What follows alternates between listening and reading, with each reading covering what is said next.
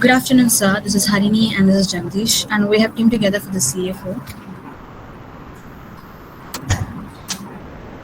We all know how well automation is developing in the country, so this is a short introduction on the same. So, Winston Churchill has made a beautiful quote, sir. We shape our buildings and then our buildings shape us. The significance of a home and the comfort it provides is limitless. So, Jagdish and I together are glad to bring you all the front end phase of an application based on a smartphone. We have used Angular and Bootstrap for this project, and we hope our distinct ideas and smart implementation shall together bring the user an attractive and neat experience with the website. Over to Jagdish. Coming out to the part of software requirements of our project, the software requirements for our project are Node.js version 16.8, 16.14.2, and Angular version of 13.3.2. The Visual Studio Code is the platform we've used to code our entire project with the linking of Angular to CSS to Bootstrap. Everything is inside Visual Studio Code, and the platform we used is Windows 11 to run everything. And the browser is Chrome browser, but the app which I've created can run on any browser. The minimum requirements for the hardware are listed in the next slide. Hardware requirements for this are anywhere between 8 to 16 GB of RAM, and 256 to 1 TB of storage, and processor from i3 to i7.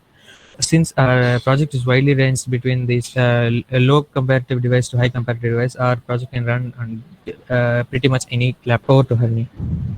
So this is the front page of our website. This is what you get when you get into our website.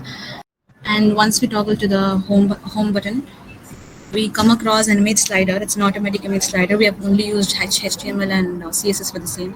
We haven't used JavaScript for this. And once we scroll down, you'll come across a captivating grid that has pictures on it.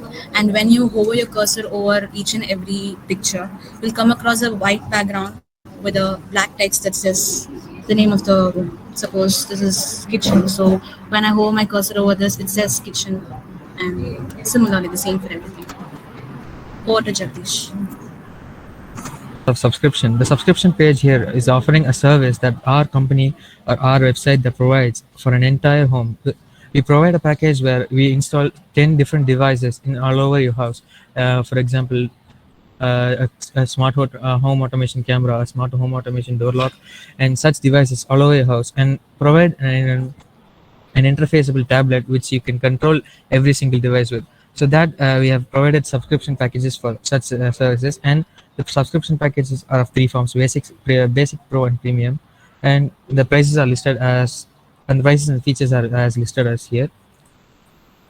Next, moving on to the product space, we have used similar animations and colors and gradients from CSS and Bootstrap. We have installed CSS and Bootstrap. We have integrated into the Angular file, and we have made it a little more animatable and a little more funky website. Next to the contact us page. The contact us page basically gives you an email address which you can email or contact for in case of any emergencies or in malfunction of your devices.